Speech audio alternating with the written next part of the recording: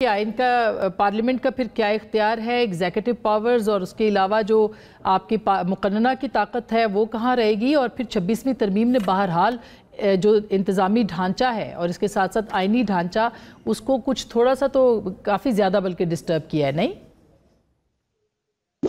मेरे ख्याल में जो खालिक और मखलूक का जो ताल्लुक है उसको नहीं भूलना चाहिए।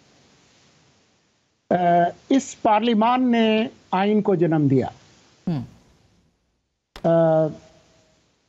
जो कागज की जो किताब है जो पार्लिमान ने तख्लीक की है उसने पार्लिमान को तख्लीक नहीं किया। ठीक। जो 15 रुकनी जो बेंच है वो अहम होगा, लेकिन उससे ज्यादा अहम जो है वो 25 करोड़ लोग हैं। आपका ये आइन का जो प्रीएम्बल है वो यही कहता है कि ऊपर कायनात का मालिक अल्लाह है, लेकिन नीचे जो अवाम है उसके मुंतखब नुमाइंदे फैसले करेंगे। जो जुब्बा पहने हुए जो सियासतदान अगर जज बन जाएंगे उनका अख्तियार नहीं है।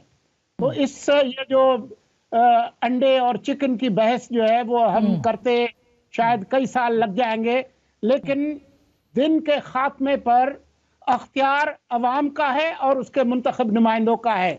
गलत आईनी तरमीम करेंगे, बहुत सारी गलत तरमीमें हुई हैं जो मुस्तरद हुई हैं। वो 8वीं तरमीम याद है आपको? 58(2) याद है?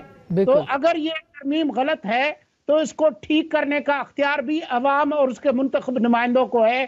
किसी खुश या नाराज जज के पास ये अख्तियार नहीं है। ठीक है, लेकिन सुलंगी साहब उसके साथ साथ चले इसको अगर हम, ये तो बहस फिर लंबी होती चली जाएगी। ये जज फैसला कर सकते हैं, जो कि आज लगता भी है कि एक कदम पीछे हटे हैं। मंसूर अली शाह साहब ने भी ये कहा कि ठीक है हम इस मामले को जो है इसके ऊपर चीफ जस्टिस साहब के ऊपर छोड़ते हैं कि वो कैसे सेटल इसको करते हैं। लेकिन दूसरी तरफ आप हुकूमती इकदाम को देखें ना, जिस तरह से पीका ऑर्डिनेंस पे है, हम और आप सारे जो है वो पिछले जब गवर्नमेंट लेके आई थी उस वक्त हमने इसके ऊपर एहतजाज किया था। अथॉरिटी बन गई है, सजाएं मिल गई हैं। तो मुझे बताइए इस तरह के कवानीन को फिर कौन चाहे? पहले भी ये स्ट्राइक डाउन हुआ था हाई कोर्ट के अंदर, इस तरह के कवानीन हुए थे। क्या आपको लगता है इनका भी मुस्तकबिल ऐसा हो सकता है? मैं हाई कोर्ट हो या कोई भी अदालत हो उसके इस अख्तियार को नहीं मानता जो कि पार्लिमान के अख्तियार से मुतसादिम हो। पार्लिमान आज गलत फैसला करेगी, कल उसको ठीक कर लेगी।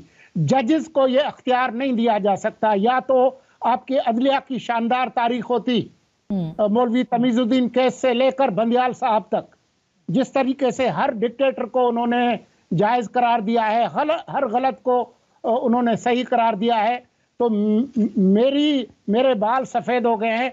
मेरी यादाश्त में ऐसा कोई सुनहरी दौर आया नहीं है जिसकी वजह से मैं किसी अदालत को यह अख्तियार दूं कि पार्लिमान के बनाए हुए कानून को स्ट्राइक डाउन कर दे। तो इसमें आपको लग रहा है कि इसके अंदर ये मौजूद है कि कवानीन को भी और खास करके जो फुल कोर्ट के हवाले से मामलात है मजा बढ़ सकता है? जी, वो बढ़ता है तो बढ़े। पहले भी तनाज़ात हुए हैं। ये कोई हमारी जो तारीख है उसके अंदर ये कोई पहला तनाज़ा नहीं होगा। अच्छा, लेकिन मेरा ख्याल ये है कि ऐसा नहीं होना चाहिए कि कोई नाराज जज जो है वो चीफ जस्टिस को डायरेक्शन दें कि जी आप फुल कोर्ट बनाएं। इस वक्त मुल्क का जो आइन और कानून है, आईनी मामलात आईनी बेंच में तय होंगे। बेहतर होता कि वफाकी आईनी अदालत बन जाती जिस तरह के चार्टर ऑफ डेमोक्रेसी में था।